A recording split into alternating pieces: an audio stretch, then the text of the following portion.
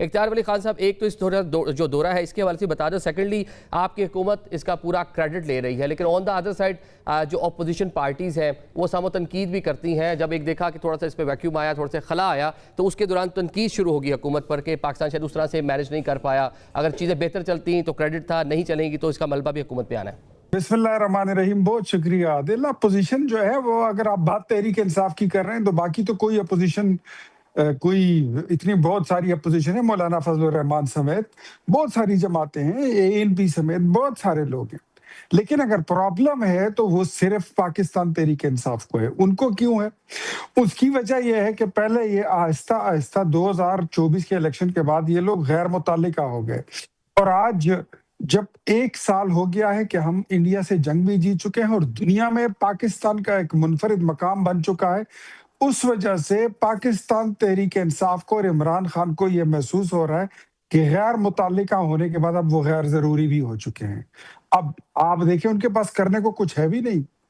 وہ جب جنگ کا وقت آیا تو عمران خان کہتے تھے کہ میں کیا کروں، میں انڈیا پر حملہ کر دوں. ان کے تو یہ بڑے مشہور جملے ہیں.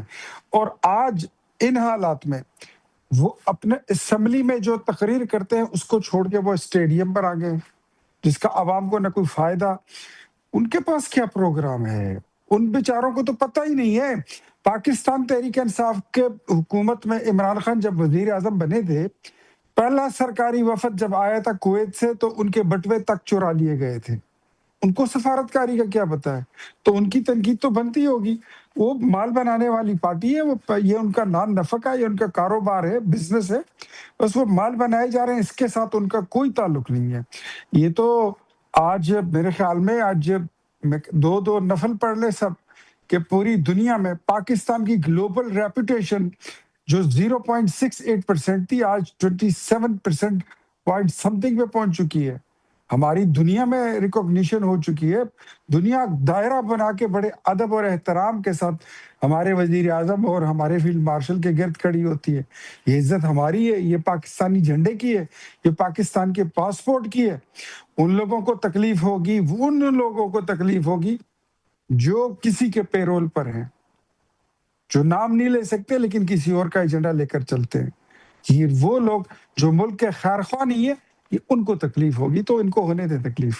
دنیا پاکستان کی مطرف ہے، پورا معاملہ ڈی ریل ہو رہا تھا. پاکستان نے دوبارہ کوششیں کی اور اراکچی صاحب پاکستان آ رہے ہیں. اس پر دنیا پاکستان کی تعریف کرے، لیکن اپوزیشن پارٹیز اگر ہم پاکستان کی دیکھ لیں، خصوصاً پاکستان تحریک انصاف، یہ اس پورے معاملے پر حکومت کو نہ کریڈٹ دیتی ہوئی نظر آ رہی ہے، بلکہ جو ڈومیسٹک آپ کی پالیٹکس ہے اس کا غصہ بظاہر یہ لگتا ہے کہ حکومت پر نکال رہی ہے. نہیں، ایسی کوئی بات نہیں ہے کہ ہم اپنا کوئی اپنی پولیٹیکل سٹیک کی وجہ سے کوئی غصہ نکال رہے ہیں. آپ کو یاد ہوگا کہ 9 اپریل کا جو ہمارا جلسہ تھا وہ ہم نے پاکستان اور ریاست کے لیے کینسل کیا تھا.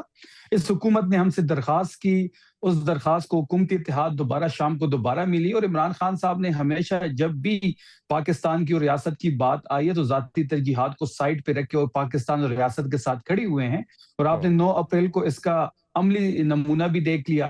آئندہ بھی جب بھی ایسا کوئی موقع آئے گا جہاں پہ ریاست اور پاکستان کی بات ہوگی تو تحریک انصاف اور عمران خان ریاست اور پاکستان کے ساتھ کھڑے ہوں گے. جہاں تک مذاکرات کی بات ہے، ہم نے کہا تھا کہ اللہ کرے یہ جنگ بندی ہو، کیونکہ ہر پاکستانی جو ہے وہ ایران کے ساتھ کھڑا ہے. لیکن پہلا دور جو تھا وہ ناکام ہوا، پھر دوسرے دور میں پورا اسلام آباد دوبارہ بند کیا گیا، لیکن ایران کا وفد نہیں آیا. اب البتہ نیوز آ رہی ہے کہ ایران کا وفد آ رہا ہے، ان کا کوئی وزیر خارجہ جو ہے وہ پاکستان تشریف لا رہے ہیں.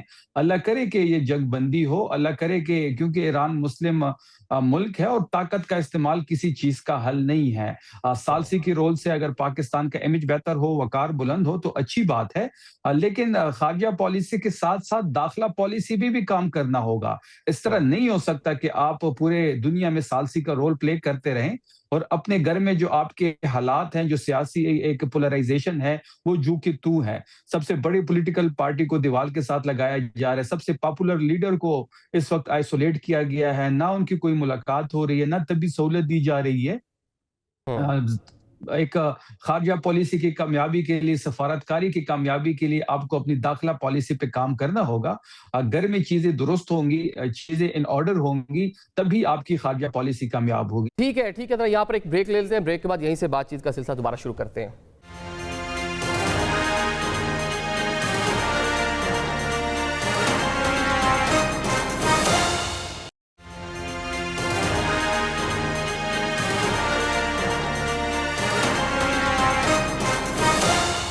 اور welcome back after the break. ناظرین پروگرام میں آپ کو ایک بار پھر سے خوش آمدید کہتے ہیں.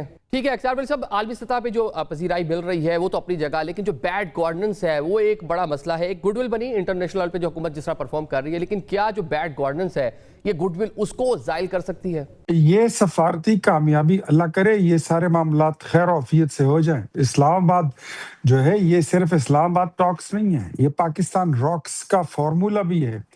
اس میں پاکستان راکس کا جو نتیجہ ہے وہ بھی اس میں پنہا ہے. اور آپ یہ ایک بار کامیاب، اس میں بھی کوئی شک نہیں ہے عادل کہ یہ مذاکرات ہونے ہیں، کہ آج نہیں تو کل ہوں گے، کل نہیں تو ہفتے بعد ہوں گے، مہینے بعد ہوں گے، ہونے ہیں. اور پاکستان کے علاوہ اس میں کوئی دوسرا ثالث آپ کو نظر بھی نہیں آئے گا. لیکن ہماری دعا ہے کہ یہ جلد ہو، کیونکہ اس پہ بہت زیادہ محنت ہوئی ہے ہمارے وزیر اعظم کی، فورن منسٹر کی، فیلڈ مارشل کی، اور پھر ان کی ٹیموں کی. بہت ان پٹ ہے اس میں، بڑی فٹ ورک ہوئی ہے. تو ہم کہتے ہیں کہ یہ جتنی جلدی ہو یہ ایک سائڈ پر لگے. اس کے بعد بجلی، گیس، اس میں عوام کو ریلیف ملے گی، پیٹرول میں عوام کو ریلیف بھی ملے گا. بہت ساری چیزیں میں جس کا ابھی پہلے سے ذکر نہیں کرنا چاہتا، مجھے وہ یاد آ جاتے ہیں. وہ اپنا فیصل واوڈا صاحب ایک وہ کہتے ہوتے تھے کہ پاکستان میں تو دودھ اور شہد کی نہریں جو ہے تو بہنے والی ہے. عمران خان کی حکومت میں وہ وزیر تھے، تو میں اس طرح کی کوئی بات کرنا نہیں چاہتا، لیکن بہت کچھ ٹھیک ہو جائے گا اور بڑی ساری چیزیں جو ہیں وہ درست ہو جائیں گی. اور پاکستانی قوم جو ہے جس کو آج صرف سفارتی محاذ پر یہ کامیابی نظر آ رہی ہے، پاکستان کے ہر بندے کو، ہر بشر کو اپنا آپ وکٹری سٹینڈ پر کھڑا ہوا نظر آئے گا. ایک مرتبہ یہ پیس ٹاکس کامیاب ہونے دے اور یہ معاہدہ جو ہے یہ منطقی انجام تک پہنچے. انشاءاللہ مجھے یقین ہے اور مجھے اللہ سے پورا یہ میرا بھروسہ ہے کہ جو محنت ہوئی ہے وہ رائے گاہ نہیں جائے گی، وہ کامیاب ہوگی. بہت ساری چیزیں سے چل رہی ہیں. اوور شیڈو نہیں ہو گیا جو ڈومیسٹک ایشوز تھے، اب اس طرح سے ہائی لائٹ نہیں ہو پا رہے، اور اس طرح سے نہ سوشل میڈیا پہ ڈسکس ہو رہے ہیں، نہ مین اسٹریم جو میڈیا ہے نہ وہاں پر اس طرح سے ڈسکس ہو رہے ہیں. کوئی اوور شیڈو نہیں ہوا. کوئی یہ سمجھتا ہے کہ عمران خان صاحب پس منظر میں چلے گئے ہیں. عمران خان صاحب کے ارد گرد پاکستان کی سیاست اس وقت گھوم رہی ہے. پاکستانی سیاست کا مرکز اڈیالہ ہے. پوری آپ کی سیاست جو ہے وہ عمران خان کے ہی ارد گرد گھوم رہی ہے. نواز شریف کئی عرصے بعد نکلے ہیں. وہ جب بھی پریس کانفرنس کرتے ہیں عمران خان صاحب سے شروع کرتے ہیں، عمران خان پہ ختم کر دیتے ہیں. مریم صفدر کی کوئی بیان ہو تو وہ بھی عمران خان سے شروع ہوتی ہے اور عمران خان پہ ختم ہو جاتی ہے. اگر کوئی یہ سمجھتا ہے کہ ثالثی کے رول سے وہ بڑا پاپولر ہو گیا ہے اور عمران خان صاحب پس منظر میں چلے گئے ہیں، تو پھر اس طرح کر لیجئے کہ عمران خان صاحب کو ایک آدھے گھنٹے کے لیے اڈیالہ سے باہر لے آئے. آپ کو لگ پتہ جائے گا کہ کون کتنا پاپولر ہے. وہاں پہ مہینوں لوگ کھڑے ہوں گے صرف عمران خان صاحب کو دیکھنے کے لیے. اختیار صاحب، اپوزیشن پارٹیز کی تنقید تو سامہو کہیں نہ کہیں جسٹیفائڈ ہے نا، کہ ٹائمنگ دیکھیں، آلریڈی عالمی سطح پہ بہت ساری انفلیشن ہے، دنیا اس کے اثرات فیل کر رہی ہے، لیکن پاکستان میں اسی ٹائم پیریڈ میں حکومت جو سولر پالیسی نہیں لے کر آ رہی ہے، یہ کیا جسٹیفائڈ ہے اس ٹائم پیریڈ میں یہ پالیسی لے کر آنا؟ کہ بجلی کا جو محکمہ ہے اس کی ایک بدقسمتی آپ کو بتاؤں تو آپ کو سولر پینل کا مسئلہ خود سمجھ آ جائے گا. سولر پینل انٹروڈیوس کرانے کے بعد اور اس کی ایک بہترین پالیسی وہ بھی ہم ہی نے دی تھی، کسی اور نے نہیں دی تھی. نیٹ میٹرنگ کی، ہائبرڈ کی جو نظام ہے اس کا، بجلی کا، اور یہ سارا کچھ ہمارا ہی لایا ہوا ہے. اس کا جو سب سے بڑا نقصان ہوا ہے، جو اچھا کنزیومر تھا جو بل پے کرتا تھا وہ سولر پہ شفٹ ہو گیا. جو کنڈا مافیا ہے جو بل چوری کرتا ہے وہ سارے رہ گئے وابڈا کے پاس. اب اس کے لیے پالیسی بنا رہے ہیں اور چیزوں کو ٹھیک کر رہے ہیں. انشاءاللہ وہ بھی آپ کو آنے والے 2-3 ہفتوں میں ساری چیزیں آپ کو اس میں تبدیلی نظر آئے گی. اور جو وفاقی وزیر بجلی ہیں وہ اس پہ شب و روز کام کر رہے ہیں. اویس لغاری صاحب اور منسٹر اسٹیٹ جو ہے عبد الرحمان کانجو صاحب،